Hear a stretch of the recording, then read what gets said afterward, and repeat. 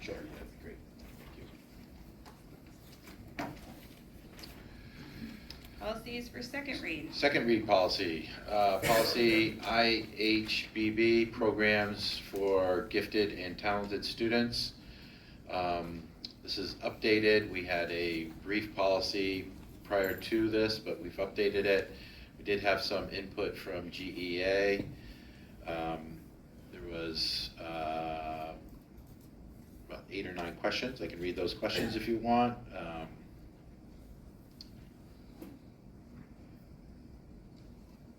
Read those.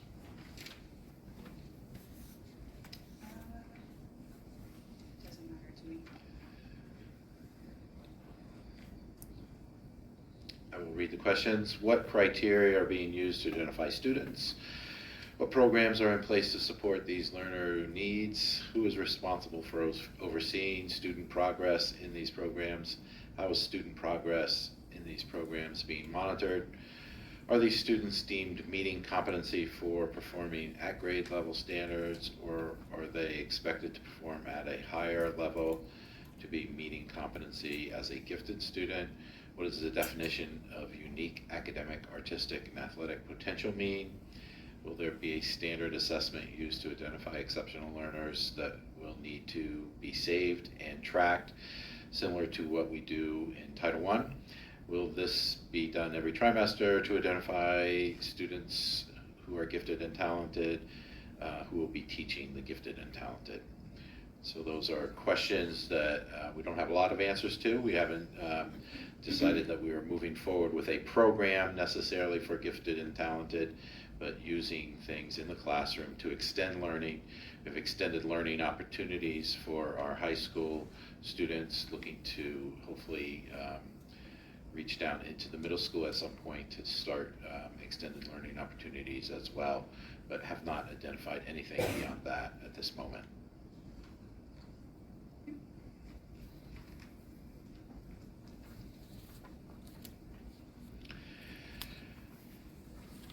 Next for second read is policy BIE, board member and district employee indemnification.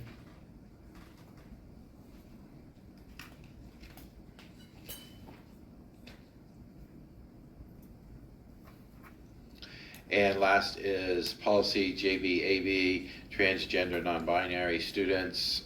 There is some added language under that first part of the policy.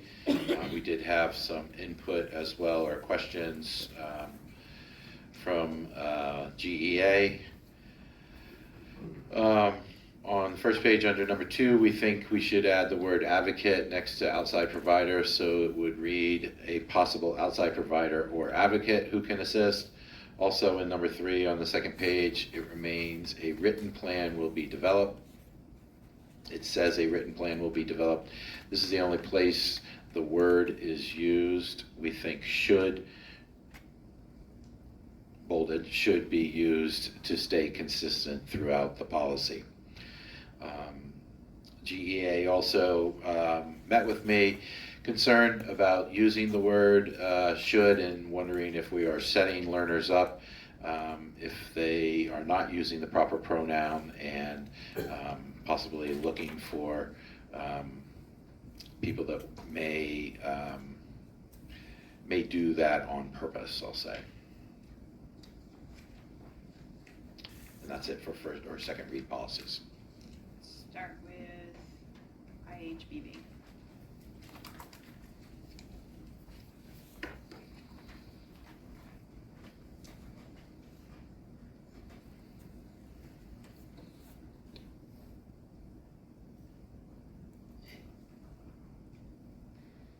I motion to approve policy IHBB. Second. Further discussion? I like the idea of creating some kind of program that can address some of the things stated earlier in the public comment, but I also know that this policy serves to fulfill a legal requirement. Is that correct? So I think that, I would like to see this passed, and then as a separate conversation, we can talk about the opportunity of creating an additional program and kind of think through cost and all of that. Okay. Yeah, Eric, I was gonna say the same thing, and again, as far as cost, I think this is something that I would come to the table and, yes, let's allocate some money for this program to, help our kids excel, so, yeah, I'm with you 100%. So the policy is identifying the need to create a program, is that really So we have to legally have this policy, and that's where it came from, because we didn't have a gifted and talented policy before. I don't think this is brand new. so now we'll have a policy but not a program, but you're saying to create it. Well, the policy addresses that you have to report to the state Right. what you're doing, and if you're not doing anything, then the report just needs to state that you don't have anything in place too. So it's more, I think it's more about meeting the reporting requirement to the state.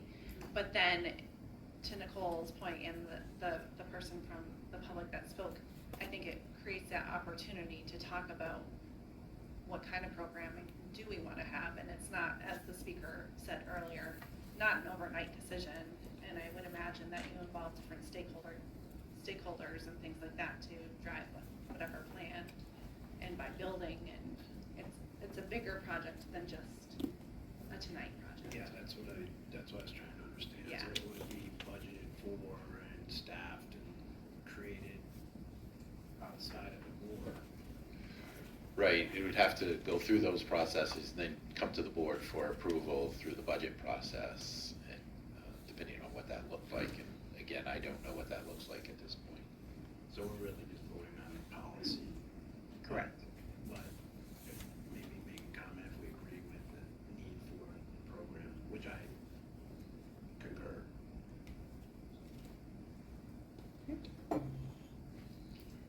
Any other comments?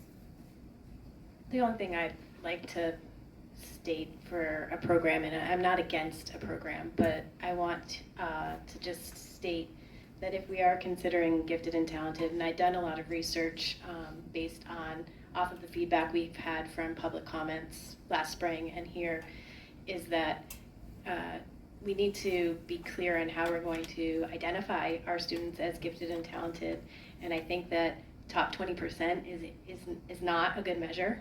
When I think gifted and talented, I'm thinking top 5% maybe.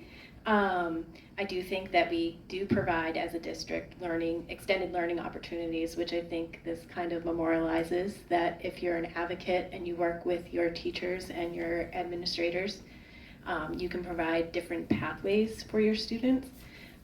In my quick research on gifted and talented, it seemed like it started when state testing happened. So the other thing that I would like to advocate for is that we use multiple measures to determine gifted and talented. And again, if it's top 5%, what does that equate to numbers and staffing and how that impacts budget? I just wanted that to be on the record. I also want us to be careful as we create this program that we're not putting too much pressure on the students to overachieve. Let them be kids and understand that there's a mental aspect there. And I know my own upbringing, why I wasn't in an A, was in my household. So I full 100%, I am an overachiever, and I will absolutely admit that. So I just worry for that aspect for the kids in a gifted and talented program, which I'm all for, just there's a line there that we need to be very careful with. Any other comments? All those in favor? Any opposed? Abstentions? Policy carries. Thank you. Motion for BIE? I motion to approve policy BIE. Second. Discussion.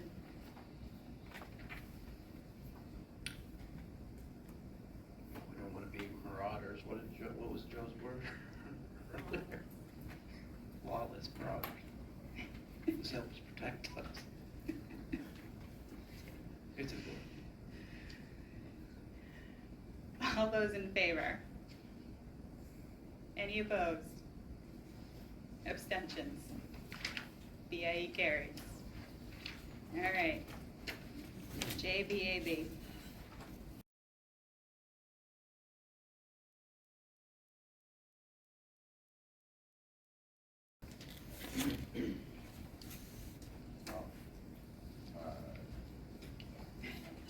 Share this one. Kirk, can you repeat exactly where the word advocate was to be inserted on page 2, number 3?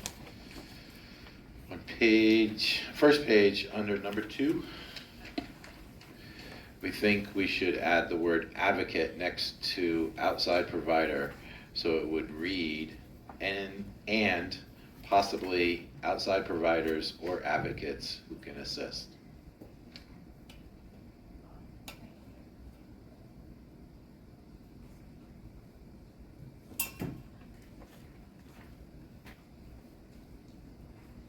All right, so I'll entertain a motion first.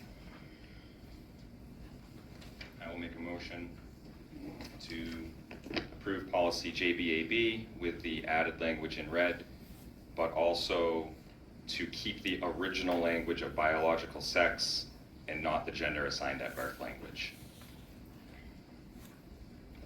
Second. Discussion. All right. What's the definition of advocate? I don't have a definition right in front of me, but I would think it would be a person that would advocate for another person. So if I had a child that I was a school counselor for, but I wasn't the teacher necessarily, but that student had something that they wanted to bring forward, but were a little shy about it or felt uncomfortable, I could advocate for that student and bring that forward potentially. What are the requirements, I guess, of the advocate as far as licensing, things along that nature? Like, is there a specific type of advocate that we're looking at, that they're looking for? Not that I know of. I know that there are advocates for special education. That's where I've come across advocates in the educational world generally. There's an advocate in the special education world that would help a family through the special education process, because it is a process through special education, and so an advocate would help the family navigate that process. Isn't that usually defined as a legal advocate in that case, or is that Not necessarily. not necessarily? No. Okay. No. Okay. It could be through like Lakes Region Community Services has advocates, but they're typically caseworkers. They are especially licensed for those things or have degrees. There's a lot of advocates. There's legal advocates, there's court-appointed advocates, there's like, so that's why I asked the question. And Yeah. I mean, It's a broad term. maybe possible outside providers is enough in my estimation, but I don't know if there's a reason that advocate was suggested.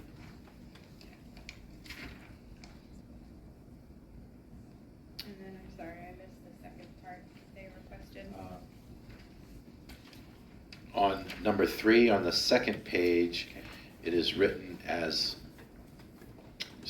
it says a written plan will be developed. So will is in highlighted words or highlighted text.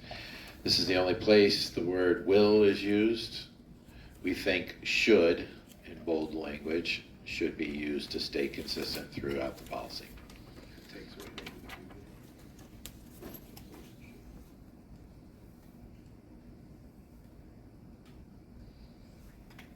Kyle, may I ask why you want to include this language that we have in red here tonight? It wasn't on there last time. Well, it was originally when we met back in June or whatever, and then there was a lot of discussion about it. I just feel we need to define what that word is, because I think should can be misconstrued as, you know, mandatory when in fact it's not, all in the context that it's used. So I just feel like it alleviates the gray area.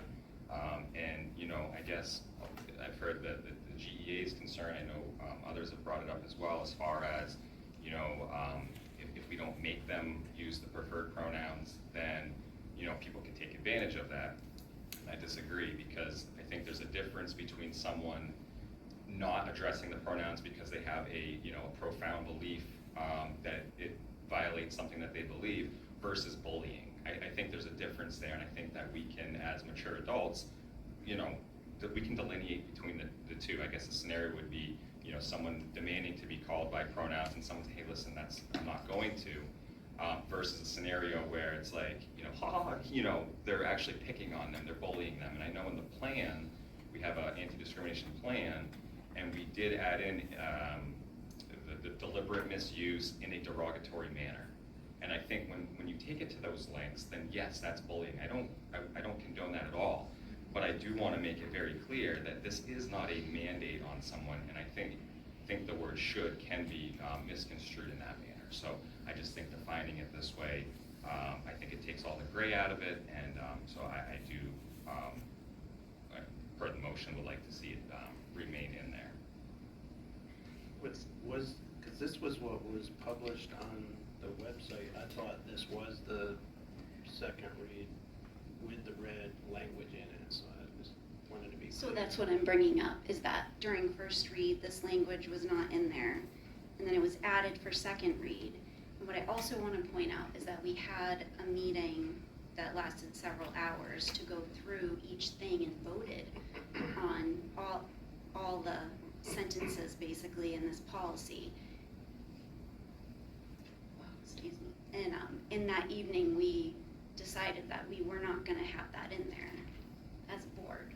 I thought that was struck from the names and pronouns and put under purpose is what I'm saying, because this was printed, I printed this off the website today, so this red language should be what was from the policy committee in the second read. When we met in No. June, No. it wasn't, there was a parenthetical that from my understanding, was that the attorney had put it in there as a note for us, just for our edification.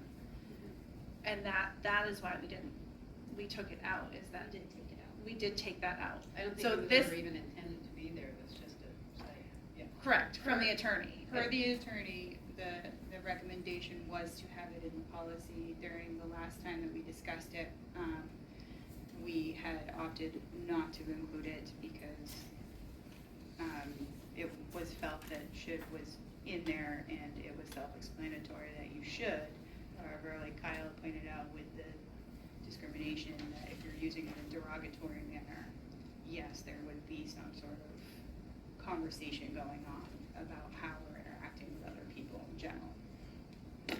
Well, my seconding his motion is based on this being printed off. My understanding of this is the second reading for the policy. Whether it's supposed to be in there or not, this is what was on the website today or yesterday when I printed this off. And I think that it being struck from the pronoun section and put under purpose achieves the middle ground from two meetings ago that I was at, which is to say this allows for what Kyle's talking about in public comment made for appreciating it. I was happy that this kind of covered that, because if you read the definition of the word should in several different places, whether it's dictionary.com or the Webster's Dictionary or thesaurus's, it's very vague. It says must in some places, it's obligatory. It does not say that it's a permissive term. The word should in the Webster's Dictionary, it has a huge paragraph of viable, like flexible definitions. So and some of them are must, ought. Those are synonyms of an obligatory phrase. So I think this helps cover that, and it's pretty straightforward. And to clarify for you, Nicole, we did send the questions over to the attorney. She reiterated that it strongly suggested that it be there, which is why it ended up back in there during our conversation. No.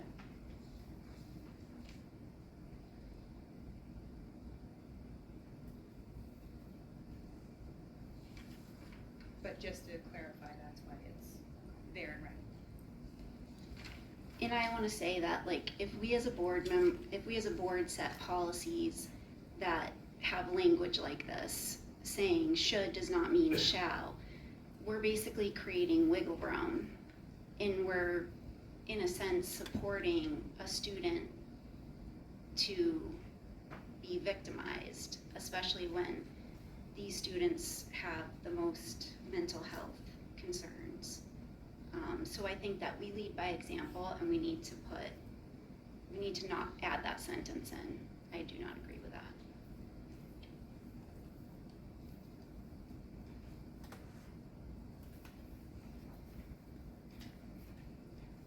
Any other comments?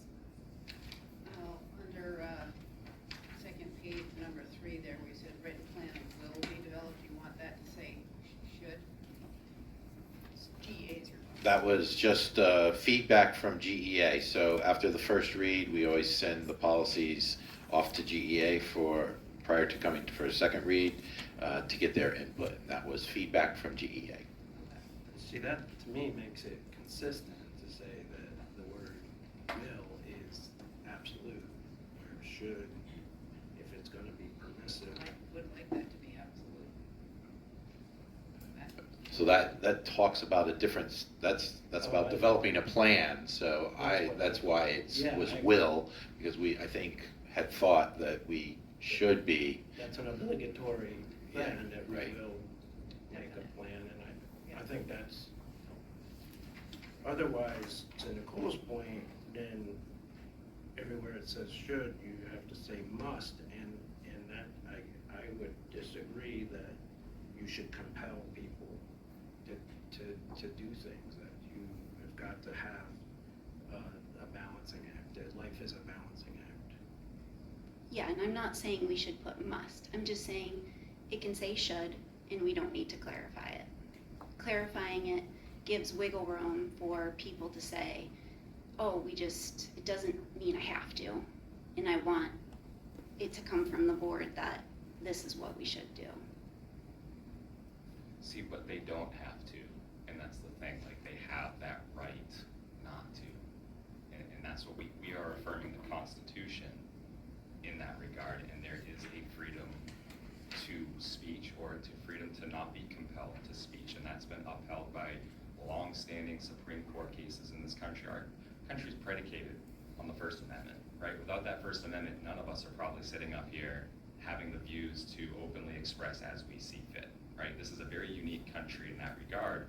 So whether it's speech you agree with or disagree with, it's irrelevant.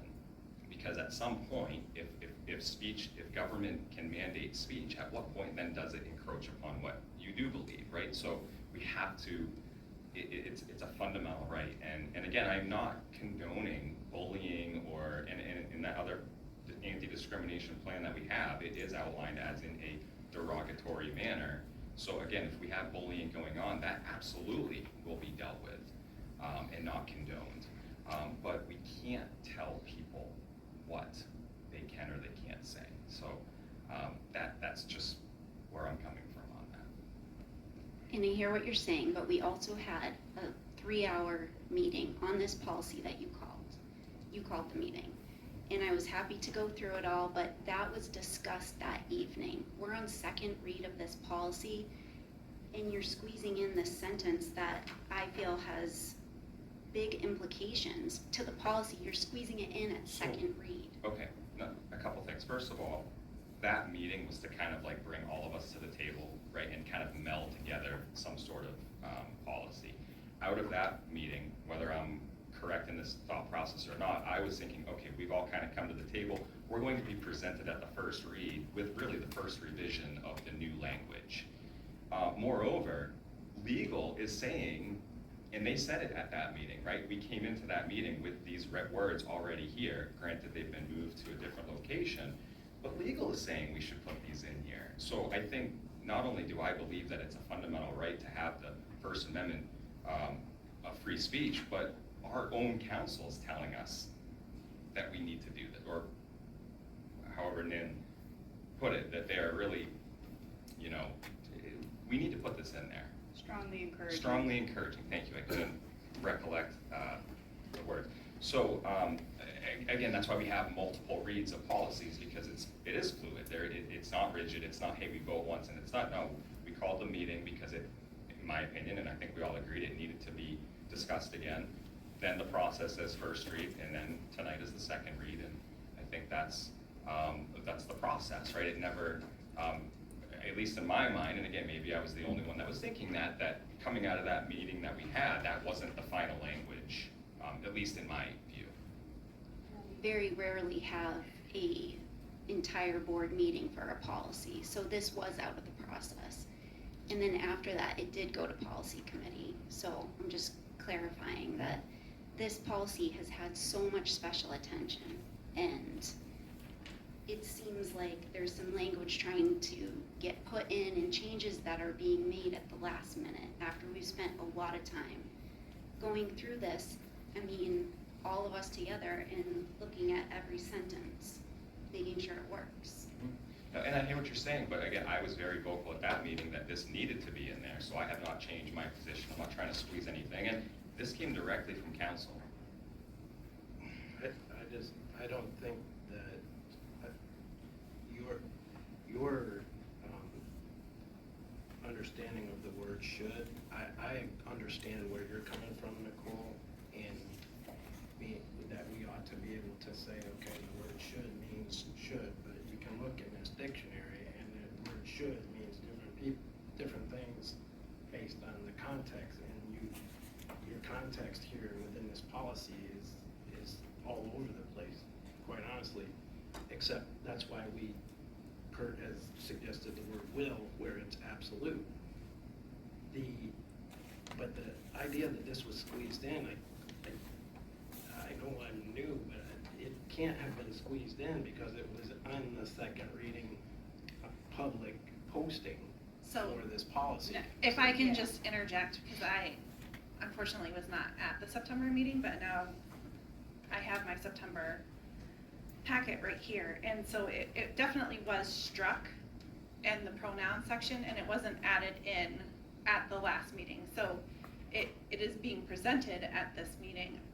How it got there, I think. Well, if I could interject too. No, I understand, so hang on one second. Yeah, I just want to add in absolutely. this other piece, because this, to me, is an important question. So, I understand, the attorney had put it in back when we met in June.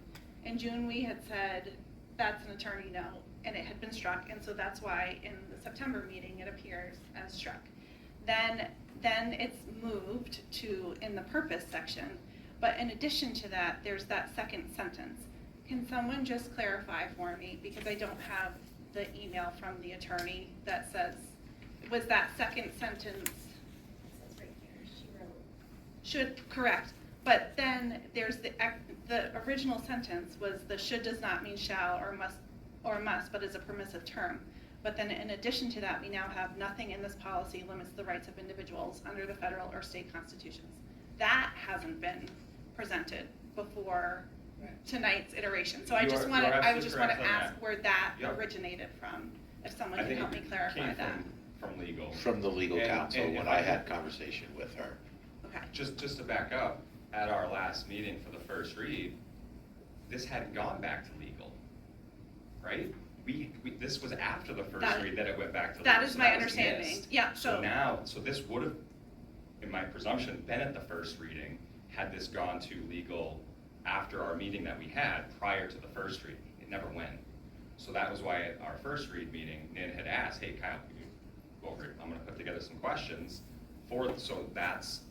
so I don't think it was necessarily squeezed in at all. I just think that it didn't go to legal. It did go to legal, and now they're saying yes, it's strongly recommended to put this in there. I So- guess the fact that it has been noticed by the public as this, to vote on it as is, and that's what the motion is, and that's why I seconded it, because it was in public posted, you know, I completely trust Kirk and the administration and the teachers and the counselors to do, as you stated earlier tonight, you know, fulfill the whole intent of this policy the way you articulated it. I can't articulate it as well as you did, but people change and positions change, and in the course of evolution, the definition of what the intent was here, it seems to be quite important. Drew, so you're aware we've put this with any verbiage changes out to the community because there's so much conversation about it. That's so why they're it's in the fully policy. aware Yes. of any changes that we're going to discuss. Perfect. Doesn't that mean that that's the second read? Or No, maybe I don't I understand. think I played a role in this back in June because it was my suggestion, because I was here when we originally went through this policy and accepted it the first time, that it took a lot of time. And so when you just historically, when you just put something on your agenda to say that we're going to discuss this policy, that we were concerned that people were going to be heightened about what specifically was going to be changed. So we had said, cart before the horse, let's just throw out there what specifically you're requesting to be changed, and that's where kind of this has evolved from. Correct. If that's fair. It's in the policy section of the SAU73.org website. It's in the Not under the approved not It's under the not approved, under under the review to be Yes. reviewed policy. That's where I found it. Right, so this one is kind of taking a little bit of a different twist by putting in these red line suggestions. We'll call them suggestions just for lack of a better term. Whereas normally I when you guess- go through policy, it would have that bold, like you saw on the other policies, to say, this is what the policy committee is bringing forward to you. Okay. I'm gonna allow Jess to speak as she hasn't yet. This is my 2 cents, I guess. My concern with highlighting it as it is in red here is that it leaves a potential for bullying, or going back to what Kirk quoted, are we as a board creating an environment where all students feel physically and emotionally safe? And I do totally understand should and all the different definitions of it. I guess as an educator being in the schools, I know how sensitive and upsetting it is to students to be called by pronouns that don't match what they want to be asserted in the school, and what just not calling them by the pronoun that they would like asserted, or their gender to be identified that they're asserting, how upsetting just seeing the name that is not what they prefer to be called. So I guess that's my biggest concern with that, but I do understand that legal is, I guess, once they've read it, suggesting that it needs to be in there. Is there some way, and I guess my fear too is, how do you define that line of just making a mistake and using the wrong pronoun versus you're intentionally using the wrong pronoun? And how will that be for the administrators to navigate, or teachers to navigate when we're putting forward a policy? I don't know that there is a good black or white verbiage that we can use, but I do have concerns for creating a physically and emotional safe place.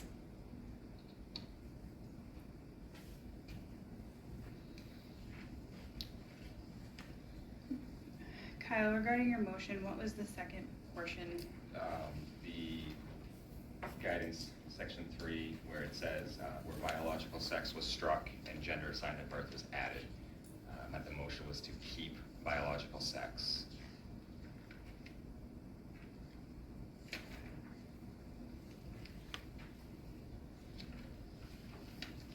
All right, is there any further discussion? I just want to point out that once again, that was discussed in our June meeting. And as I pointed out then, the term gender assigned at birth is preferable over biological sex because the instance of it being mixed up at birth in the general population is about equal to having red hair.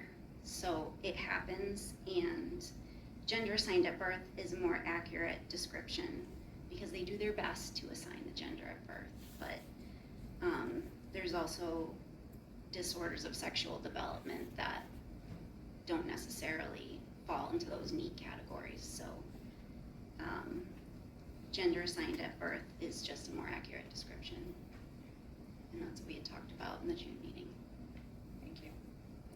The only other point of discussion I'd like to bring up, Nin, is that I agree that you can't endorse a policy that may potentially have a opening for a bullying thing, and that's the job of the administration and the teachers and the counselors to guide. The school board, that's not their sole purpose. The school board's purpose is also to serve the taxpayers and the school district and all that. And so clarification on this point has to also take into account for the difficulties you articulated about how to force the teachers and put them in a weird position, or is it possible for legal liability that could very easily arise if it was misinterpreted. So I think the students are your job, our job, number one, but we have other purposes here as well.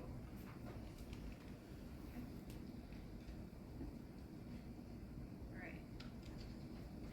Is everyone clear on the motion, or do we need it reiterated? I just have a question. Sorry. Given the multitude of conversation. that's Yeah, why I understand. Did legal feel that any statement should be made to draw the reader back to policy AC about discrimination at all? Just asking. No.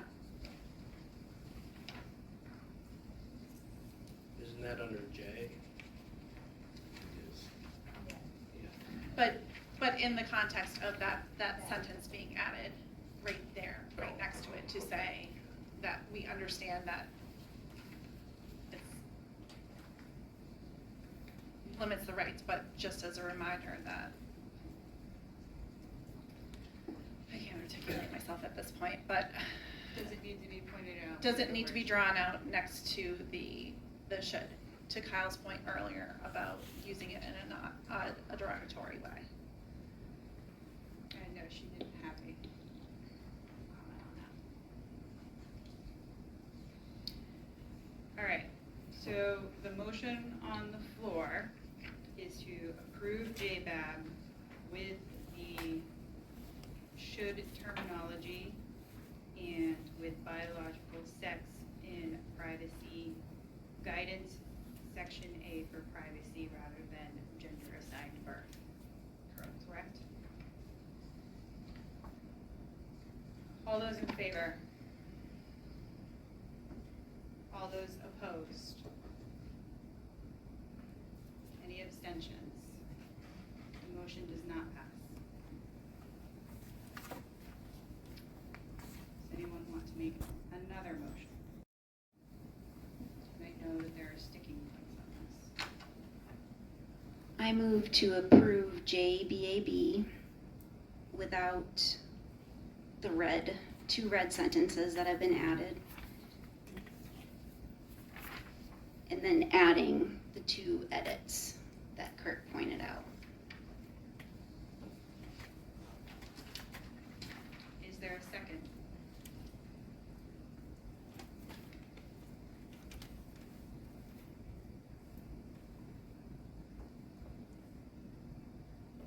There is no second. Motion dies.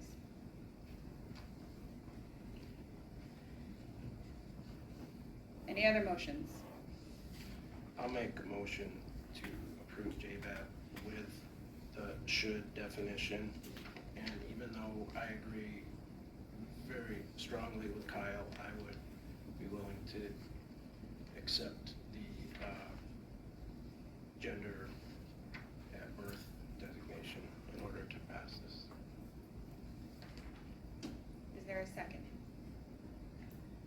Second that. So I just want to reiterate, or have someone reiterate for me. The attorney specifically said, because in the letter that was written to us, all it says is should. It says should is a permissive term. So the attorney specifically said that these two sentences should be added to our policy. She did. When I was talking to her, she said this clarifies the term should, and that you should add this to the policy. Okay.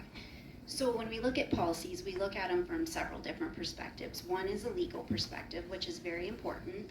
Definitely need to make sure that we're not opening district to anything. But also we need to look at it from a mental health perspective. And this is not trauma informed.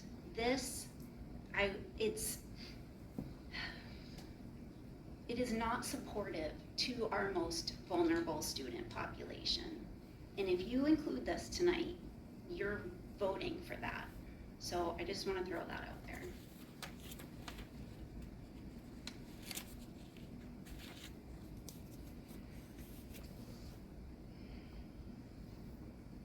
I understand where you're coming from. I also understand the legal aspect of what she is trying to put in here. She is trying to make the definition of should cleaner without having to put an official definition in there. I'll be honest, I'm on the fence as to whether or not this really opens a door. Because it's in there. You should refer to somebody how they prefer to be referred to as. But it is not a mandatory thing, so whether or not that definition is in there, the word is still should. Nin, could we ask legal if there should be some tie to the anti-discrimination clause? Just, I guess, the second line to me, when it says nothing in the policy, although I do understand everyone has legal rights and First Amendment laws, I just feel like it's highlighting one side, not necessarily protecting their rights to be protected. I echo what Jess suggests. I understand the evolution of where we started. Back when we started with this policy, it had the word shall in it. And so we had softened it to the word should, because we were concerned with, I do it with my own children, where I'm going to call Brady, Casey, and who's my husband, and go through all of the names. And it's not out of malice, and it's not out of intentionally trying to call them something different. It's just a mistake. And so I think when we were looking at it, if I remember correctly, that was the angle that we were trying to address, is when mistakes are made and the unintentional. So I would feel better if we're adding something like this term, that defining what the word should means, that we are calling out the fact that we are still asking for people to be respectful of one another and to not make derogatory comments. I just think that would strengthen the argument at that point.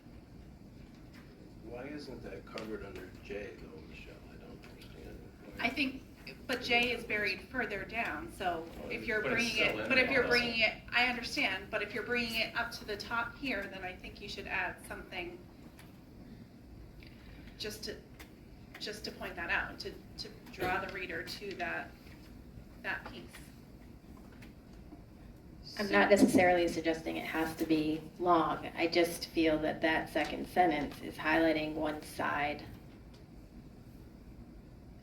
to the gray area that I think the word should can apply. And I also want to reiterate that I guess I prioritize putting students first, and I know that we have to answer to taxpayers, and I know that not everyone will share the same opinion that I have, and I guess, I don't know, the quote stood out to me from the superintendent's report where it just says, as a district, we must physically create an environment that's physically and emotionally safe for everyone, and that I don't know that this verbiage does that. Well, you did also argue that forcing someone who doesn't agree with that is going to cause emotional distress on that individual. You got to look at it from both sides. I am, but I just think we're highlighting one side, and I don't think it hurts if the attorney suggested this. Was there any thought to having a link, something that says refer to J for our policy? That's all I'm offering. Can we move this section under J? Sure, why not? Like, It would wasn't that put in the appease beginning, I'm sure. everyone? That If would- we move those two sentences, because the legal recommends it under J? So that way it's got a reference to Or the give it a anti-discrimination. K designation by itself after, it doesn't matter where it is as long as it's identified. I had great respect for Nin the first meeting that I was at with her because she made a very poignant grammatical correction. So I'm going to attempt to do that here. Does everybody realize that the past participle should is the past participle of the word shall? So everybody that said earlier that we took shall out because it was too strong, they are a related word, that they're the same word. So that's why having the legal input here to clarify what is meant by should is so important, because it can be interpreted as a mandate. It's in black and white in grammar world. That's the literal use of the word should. So I agree, Nin, you could make a K. We can amend my motion to make it item K, or put it in with the J. So I don't know how to amend a motion. Do you want me to? Well, you have to amend the motion, so. So would we rather it be in J or have its own designation?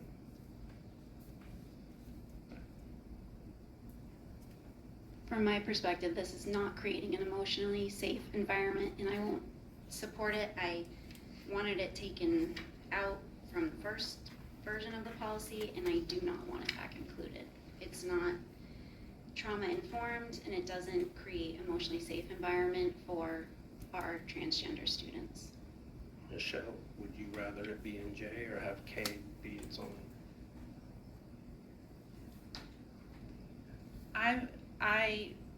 My issue is, while I support our students, and I'm really worried about the legal ramifications. And so including the definition from a legal perspective and not opening our district up is where I'm struggling. So I'm trying to read in my head right now how it appears in J, to be honest, Drew.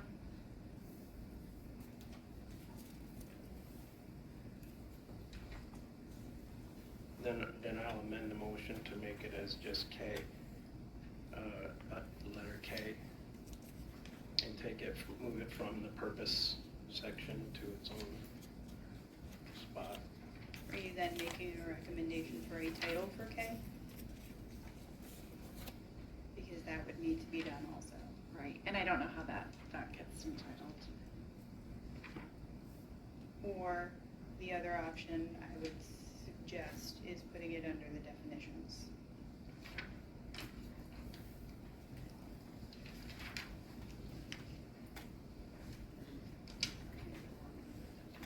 I think that the comments here by Jess and Michelle to tie it to the ACAC policy and your recommendation would be to make it as a separate paragraph under J. Okay. So that would be my amendment. And to Nicole and Jess's point, and Michelle's as well, and all of ours about the vulnerable students, please recognize that there's an entire 1, 2, 3, 4-page policy here designed with the superintendent's commitment to enforce the policy for that purpose. I don't think we should lose sight of that. During that first June meeting, our superintendent pointed out that when we put in sentences like this, it is difficult for our administration to be able to point to something and say, this is what we expect. Like, it creates wiggle room. And I remember you saying that at our first meeting about it. All right, so the motion on the floor is to amend and move the verbiage underneath J and to keep gender assigned at birth under guidance section A. Is there a second to the amendment? The amendment. I'd like to hear your reasoning again for the gender assigned at birth instead of biological sex.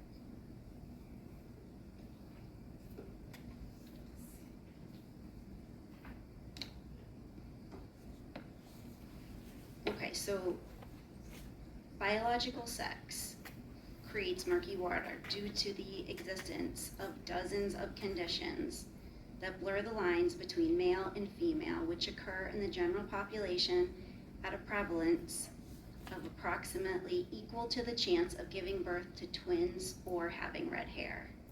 So gender assigned at birth is a more accurate description because OBGYNs do their best to assign the gender at birth. But sometimes there's disorders of sexual development that cause that to be changed later.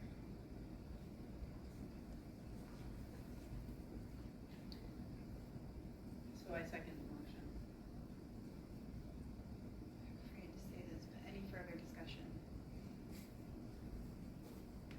All those in favor? Any opposed? Any abstentions? Motion carries. So just next one quick, it's not quick, maybe I'll email, but I just, one of the responses from legal was to my question about guidance counselors. I guess just to cut right to it, how many licensed therapists do we actually have here? Are there any? We have a school psychologist, and then we have school counselors. So I just wanted to clarify, because in the last meeting, right, I was basically told that, you know, it's implied that when you send your kid to public school that they can enter into these conversations with counselors, and that information would not be privy to parents. But legal's very, very clear here. Most school counselors are not licensed under RSA 329-B or RSA 330-A.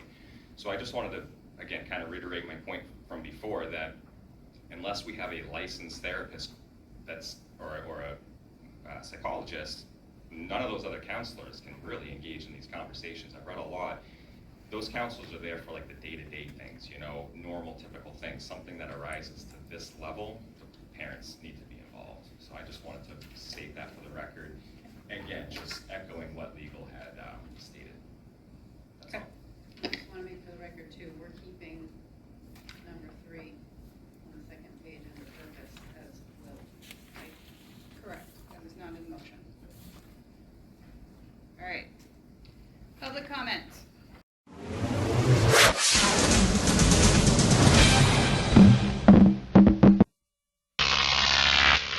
Crop TV.